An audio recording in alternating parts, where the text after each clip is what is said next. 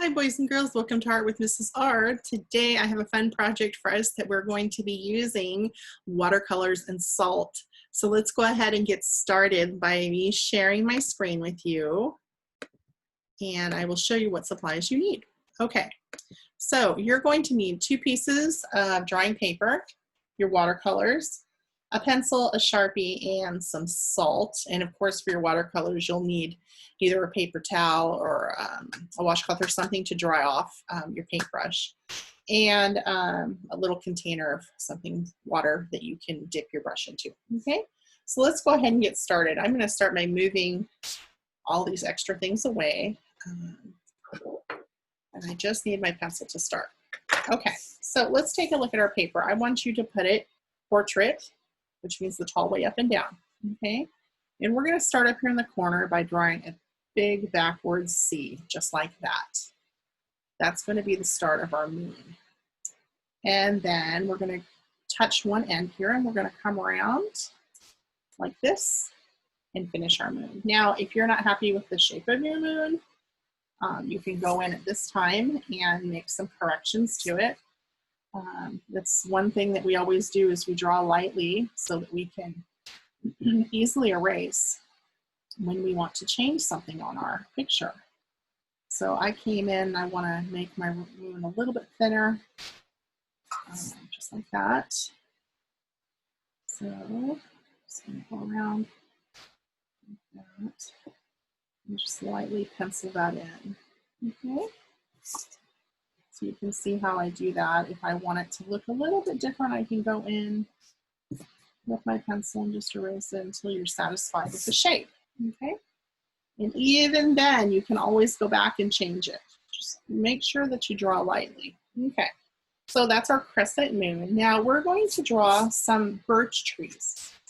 Now birch trees, in the winter, obviously, they will have no leaves because they lose all their leaves, don't they, all the trees in the winter. So we're going to start at the top, and these are going to be the great big branches that reach up to the sky.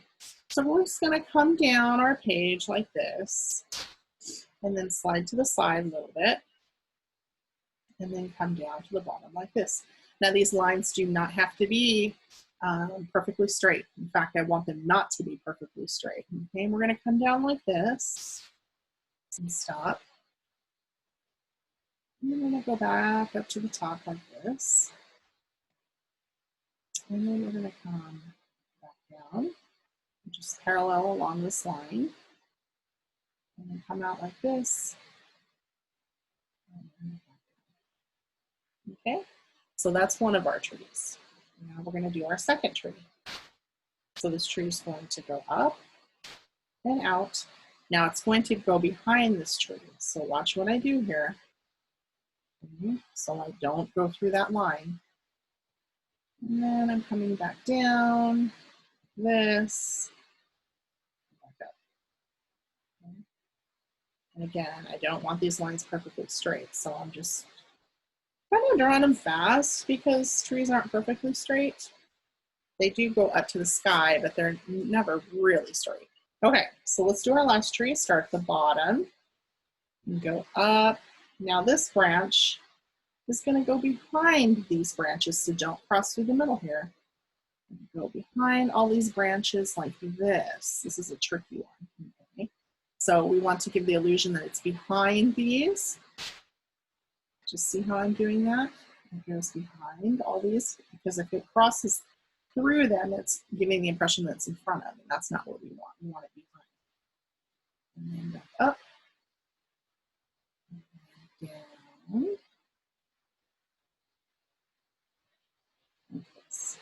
Okay. All right. So there we go. We've got our moon and our 3 trees. Now your trees can be however you want them to be. They don't have to be like mine. But you know, they can just be straight with 2 branches coming up. However you want to do it is fine. Okay, so as far as our drawing goes, this is all we're going to draw in our picture. So now we're going to grab our Sharpie and we're going to Sharpie our shapes. So just take your Sharpie and go around. Okay. And then I'm going to go down. And all we're doing is tracing what we've already drawn. Now, if you're still drawing your trees, you know you can push pause. You don't have to worry that I'm going too fast. You can always pause until you get all your trees drawn in, and then you can push play again. Okay? So even though Mrs. R is going quick, you don't have to go quick. You can go as fast or as slow as you want to go. And remember, I'm going behind the tree. So you have to be careful and watch your lines. This is the tricky one. Some of them that go behind, so you have to be careful and watch what you're doing.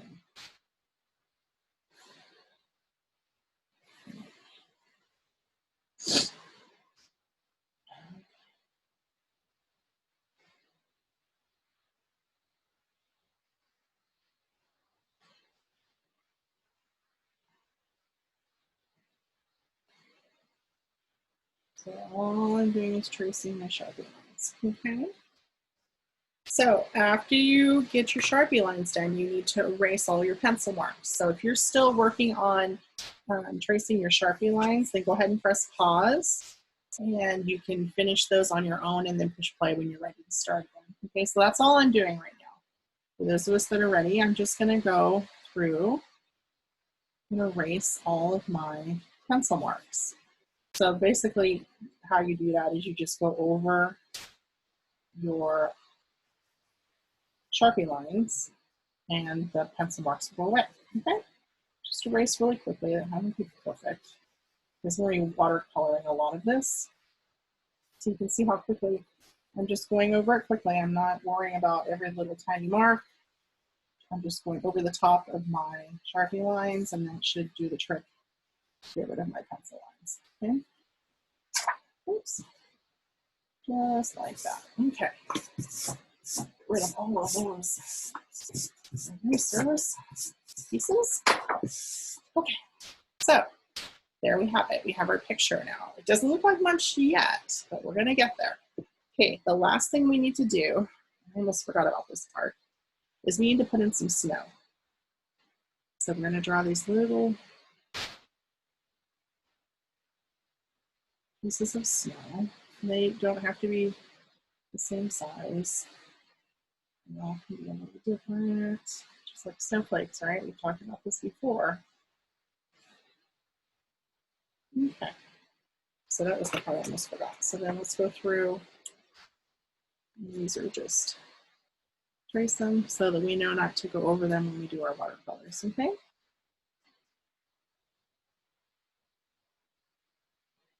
So I'm just tracing over those, and I'm not even gonna worry about, because these are so tiny, getting pencil marks away with those. A lot of this we're gonna cover up with watercolors. Okay, oops. Oopsie. Okay, so there's that. All right, so now it's time to get our paint.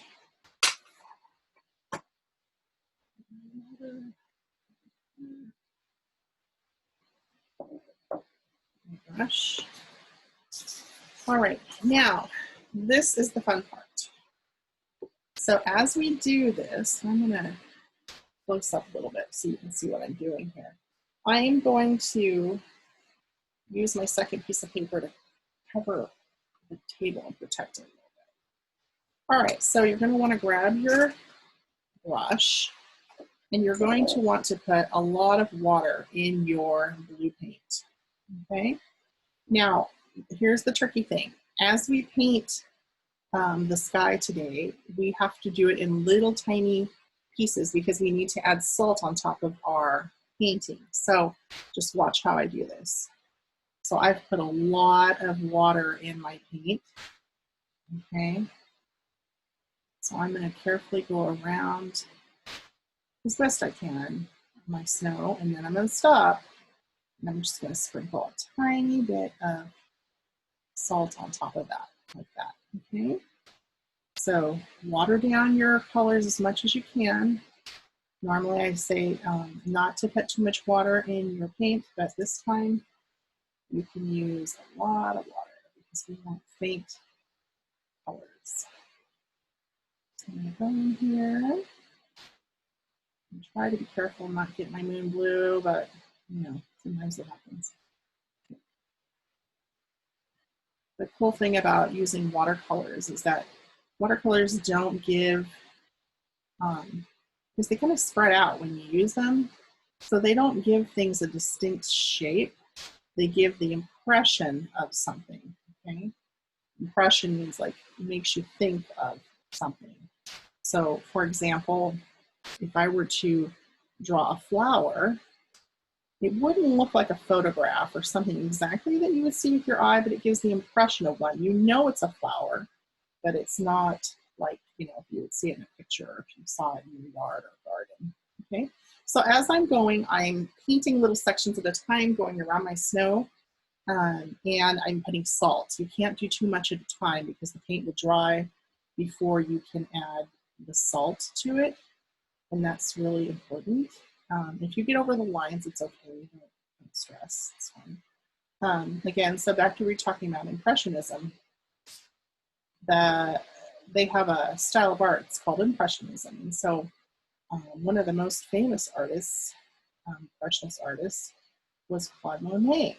And he lived in France. And so some of his most famous paintings are of water lilies. Okay. So at the place he was living, there was a beautiful garden, and they had a pond and the most beautiful water lilies, and he would spend days and days and hours out there painting these beautiful water lilies. And those are some of the most famous paintings by him that we know today. So they don't have a sharp shape to them, but they give the impression of a flower, and that's why they call a lot of the artists that use the watercolors in the painting impressionists. Yeah, it was an impressionism period when people, it was a style of painting, I guess. Okay, so I'm going to keep going. You see how I'm going around all the snowflakes, just putting a lot of water in my paint. I want it really watery. And so just add a pinch of salt as I go over each spot. So you kind of get the idea of how I'm doing this now. Okay. So I just go around the snowflakes. That's where I have to, on the snow, that's where I have to slow down. Pinch, pinch, pinch of salt. Just sprinkle it right on top. Keep going. Salt, salt, salt, salt, salt, salt, salt. Okay, so now I can back up now that you get the idea of what I'm doing. So just lots of water, paint, and salt. And if your paint, the area that you painted gets dry, before you could put salt on it, you can always go over it again and put more paint and water on it, and then you can add your salt. Okay? So that's not a problem. So we're just going around here. And just keep going. And at this point, you probably have a lot of salt on your paper already, so you may not necessarily have to put a whole bunch on your picture.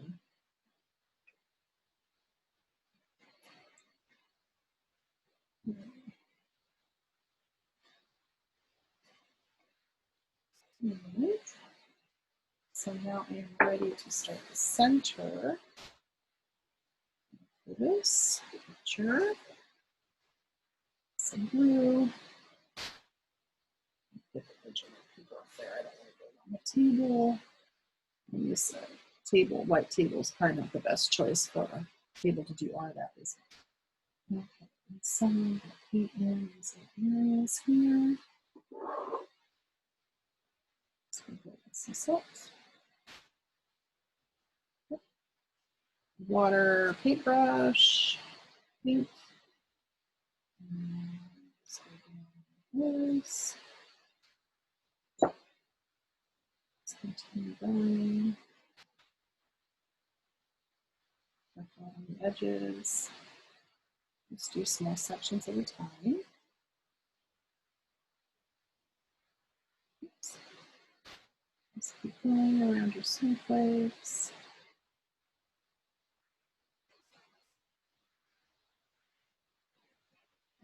Salt. All right, now this is the tricky part, these little tricky small spots in here. You have to be careful when you go around this. And that's why I have this paper too. It helps so I don't get it on my table.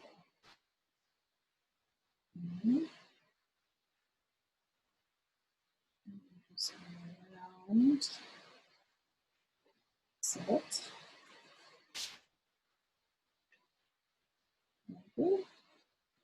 Just keep your glue really watery, and that will help.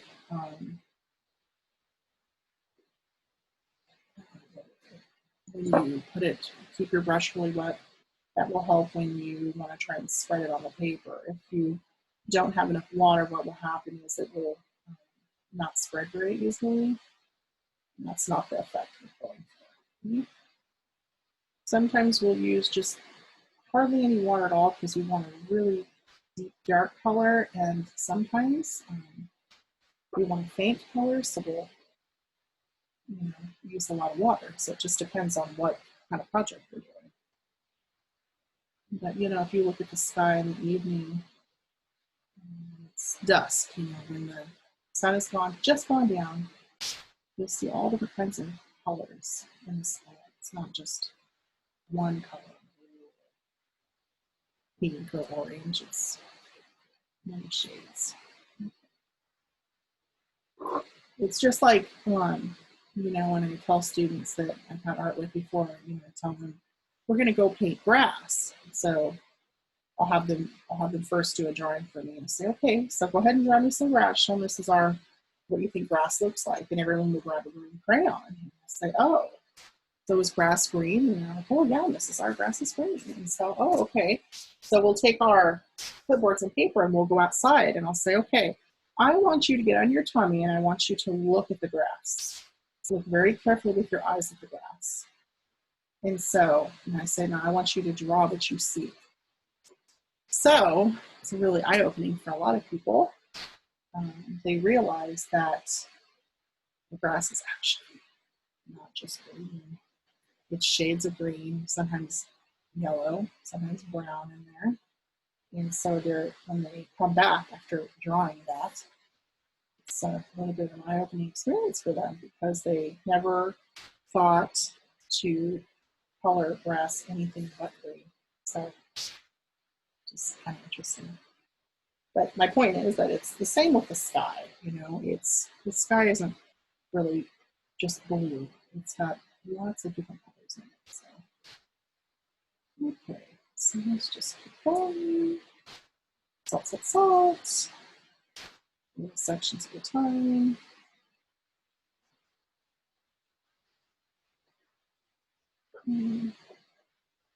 This is probably the hardest part, or not hardest, but the most time-consuming part of this project. The drawing part is pretty quick,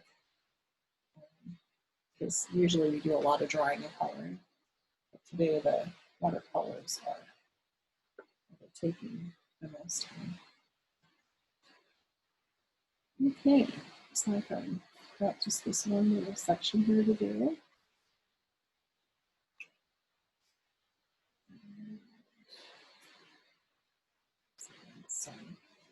That to that.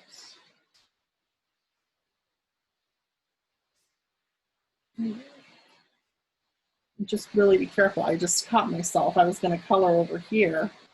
I realized, no, that's the tree trunk. I didn't want to do that. So be careful.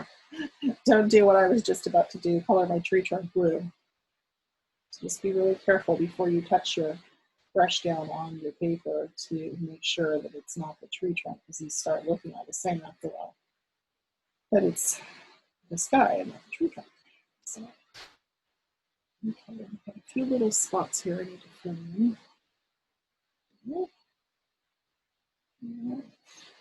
All right, so looks pretty good. Now, if you're still painting your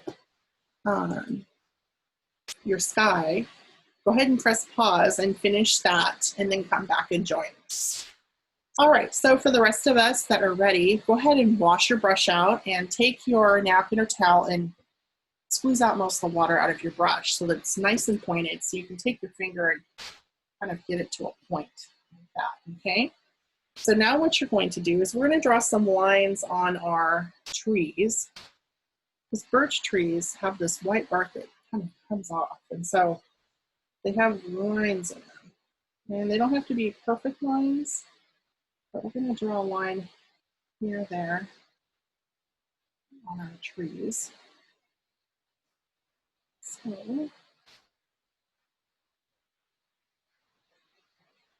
here. Do not smash down your brush. Keep the point nice and pointed. Because we're wanting these thin lines. And you feel like you're running out of color from your paintbrush. Just